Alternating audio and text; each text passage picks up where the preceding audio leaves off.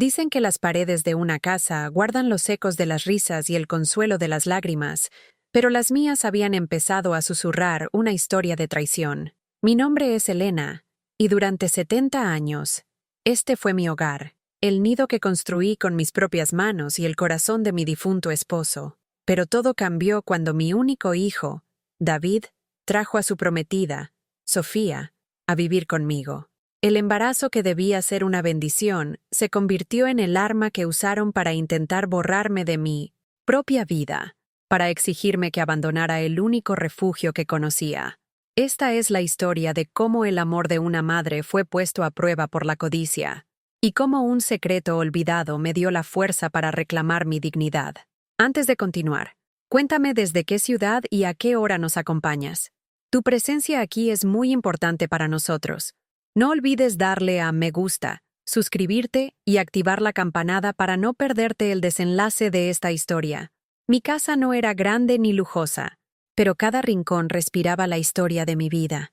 El umbral de la puerta principal, gastado por el tiempo, recordaba los miles de pasos de mi esposo, Ricardo, regresando del trabajo, y los pequeños pies de David, mi hijo, corriendo a recibirlo.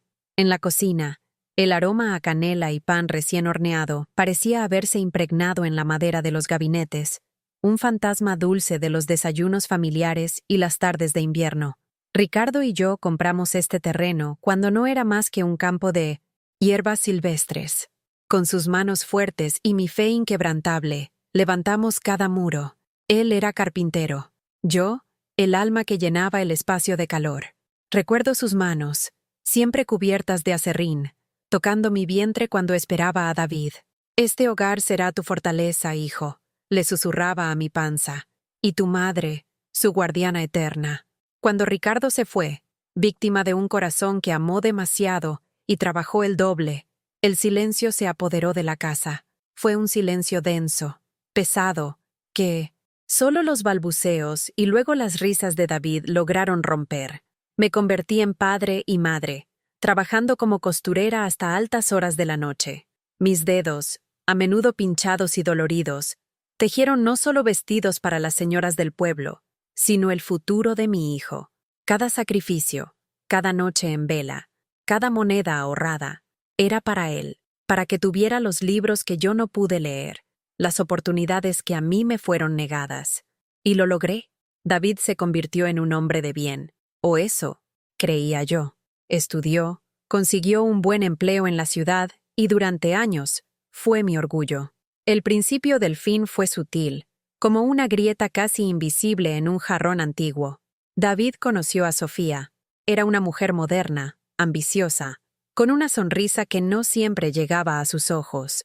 Al principio, me esforcé por quererla. Le abrí las puertas de mi casa y de mi corazón. Le serví mi mejor café en las tazas de porcelana que solo usaba en ocasiones especiales.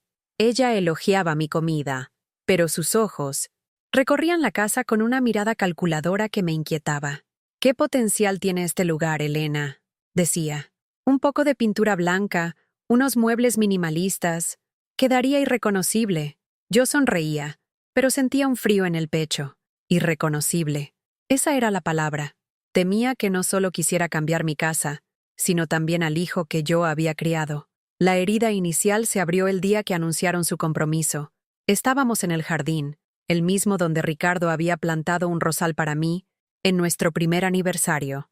David, tomando la mano de Sofía, me dijo: «Mamá, con los precios de los alquileres, hemos pensado que lo mejor sería mudarnos aquí contigo por un tiempo, solo hasta que ahorremos para nuestro propio lugar». Sofía añadió rápidamente: «Así no estarás tan sola, Elena. Nos cuidaremos mutuamente». La propuesta sonaba lógica, incluso generosa. Me sentí egoísta por la duda que me asaltó. ¿Cómo podía negarle mi casa a mi único hijo? Asentí, forzando una sonrisa, ignorando esa voz en mi interior que me advertía que estaba entregando las llaves, no solo de mi hogar, sino de mi paz. No sabía que ese tiempo sería una condena, y que su idea de cuidarme era, en realidad, una estrategia para expulsarme. La primera semana fue una ilusión de armonía. Sofía llenó la nevera con alimentos orgánicos y yogures que yo no sabía pronunciar. David clavó un par de cuadros modernos en el pasillo. Intenté adaptarme, ver sus cambios como un soplo de aire fresco. Pero pronto, el aire se volvió denso, irrespirable. Mis rutinas, ancladas en décadas de costumbre, se convirtieron en molestias para ellos. Mi programa de radio matutino era ruido. El olor de mis guisos tradicionales, demasiado pesado. Empecé a sentirme como una extraña, una inquilina en la casa que había construido. Mis viejos muebles de madera oscura, cada uno con una cicatriz que contaba una historia, fueron objeto de críticas constantes. «Este sillón es un trasto, mamá. Ocupa demasiado espacio», decía David, señalando el sillón donde le leía cuentos cada noche. Sofía sugería almacenarlo en el desván, una palabra elegante para desterrarlo. El abandono no fue un acto único y dramático, sino una lenta erosión de mi presencia. Dejaron de invitarme a cenar con ellos, alegando que tenían conversaciones de pareja. Comían tarde, pidiendo comida rápida que dejaba olores extraños en mi cocina. Yo cenaba sola, antes, en un rincón de la mesa, con el sonido de sus risas y susurros llegando desde la sala como un recordatorio de mi exclusión. La casa, mi refugio, se convirtió en un territorio minado de tensiones. El silencio de David era lo que más me dolía. Él, mi defensor, mi cómplice de toda la vida, ahora miraba hacia otro lado cuando Sofía me corregía o me hacía un comentario pasivo-agresivo. Veía la incomodidad en sus ojos, pero nunca me defendió. Eligió su nueva vida, y en esa vida, yo era una pieza de mobiliario antiguo que ya no encajaba. Entonces, Sofía quedó embarazada. La noticia debería haberme llenado de alegría, y lo hizo, pero fue una alegría teñida de miedo. El embarazo se convirtió en su justificación para todo. «Elena, no puedes cocinar eso. El olor me da náuseas», decía, aunque yo llevara toda la vida preparando el mismo plato. «Necesitamos tu habitación para el bebé. Es la más grande y luminosa», sugirió una tarde, como si fuera la cosa más natural del mundo. «Tú puedes mudarte a la pequeña habitación de costura». No me preguntaron, me informaron. David, a su lado, asentía. «Es por el bien del bebé, mamá. Necesita espacio». El bebé, un ser que aún no había llegado al mundo, ya tenía más derechos en mi casa que yo. Mi mundo se encogió. Me trasladé a mi antigua sala de costura, un cuarto pequeño con vistas a un muro de ladrillos. Podía oír cómo medían y planeaban la decoración de mi antiguo dormitorio, su risa resonando a través de la pared. La soledad se hizo física, un dolor sordo en el pecho que me dificultaba respirar. Empecé a sentirme invisible. Les hablaba, y a menudo no me respondían, absortos en sus teléfonos o en sus planes. Un día, encontré mis viejas fotografías, las de Ricardo y un David niño, guardadas en una caja en el pasillo. Las habían quitado de la pared de la sala para colgar un espejo sin marco. No era solo mi espacio lo que estaban borrando, sino también mis recuerdos. Cada día era un nuevo recordatorio de que mi tiempo en mi propio hogar estaba llegando a su fin. La estocada final estaba por llegar, y yo, en mi ingenuidad, aún no podía imaginar cuán cruel sería. La humillación se había convertido en mi sombra. Caminaba de puntillas por mi propia casa, intentando no molestar, no existir demasiado. El clímax de mi invisibilidad llegó una tarde gris de otoño. Sofía, con su vientre ya prominente, me abordó en el pasillo. Su voz, falsamente dulce, era más afilada que un cuchillo. «Elena», comenzó, «hemos estado pensando. Con el bebé en camino, necesitamos más que una habitación. Necesitamos un hogar. Nuestro hogar». Hizo una pausa, permitiendo que el peso de sus palabras me aplastara. «Hay residencias para mayores muy bonitas cerca de aquí. Estarías más cómoda, con gente de tu edad. David y yo podríamos visitarte los domingos». La sugerencia no era una sugerencia. Era una orden de desalojo envuelta en un papel de regalo envenenado. Miré a David, que estaba detrás de ella, con la mirada fija en el suelo. Su silencio fue la confirmación. Me estaban echando. Esa noche no pude dormir. El dolor, Era tan profundo que se sentía como un abandono físico. ¿Era esto en lo que se había convertido mi vida? ¿Un estorbo para la felicidad de mi propio hijo? A la mañana siguiente, con el corazón hecho pedazos, subí al desván. Iba en busca de algo, cualquier cosa, que me anclara a mi pasado, a un tiempo en el que fui amada y respetada. Buscaba el viejo álbum de fotos de bebé de David. Quería recordar al niño al que le había dado todo, no al hombre que ahora me lo quitaba. El desván olía a polvo y a tiempo detenido. Moviendo una vieja manta, encontré un baúl de madera que no había abierto en años. Era el baúl de Ricardo. Con manos temblorosas, levanté la pesada tapa.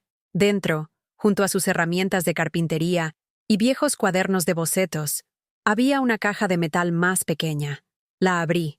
Contenía un fajo de cartas que me escribió cuando éramos novios, y debajo de ellas, un sobre grueso y amarillento con mi nombre, para mi Elena, escrito con su caligrafía firme.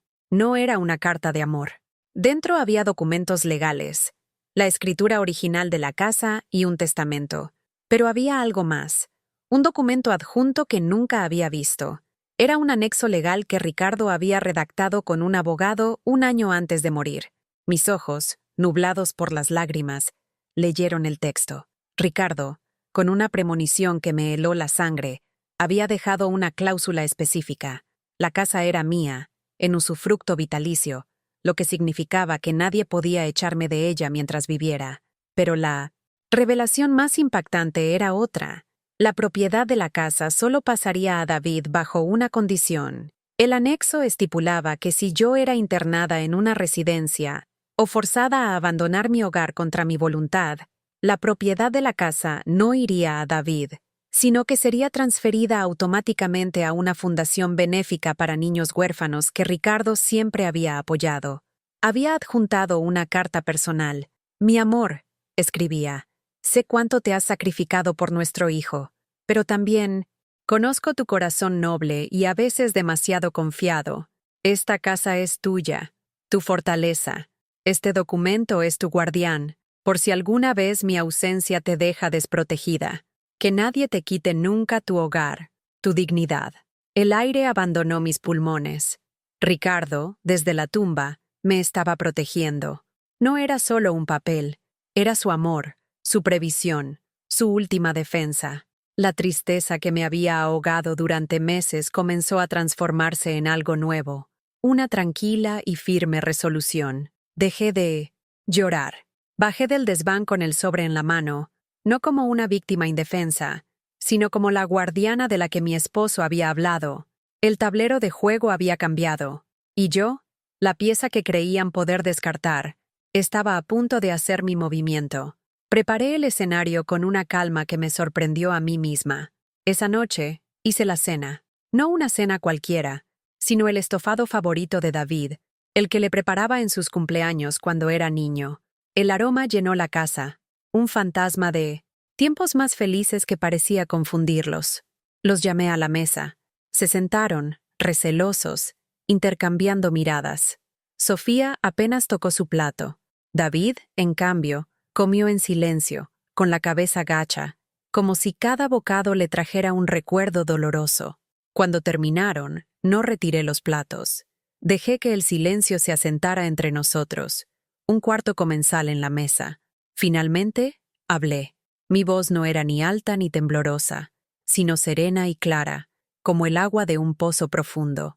Sofía, dije, mirándola directamente a los ojos, aprecio tu preocupación por mi bienestar.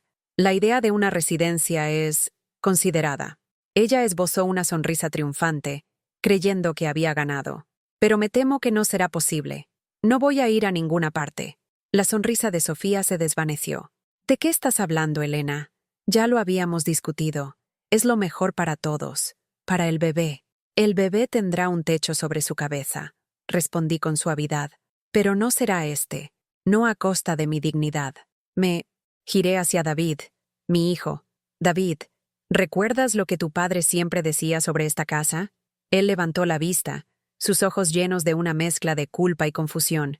Decía que era nuestra fortaleza. Murmuró. Exacto, afirmé. Nuestra. pero principalmente, la mía, y se aseguró de que así fuera para siempre.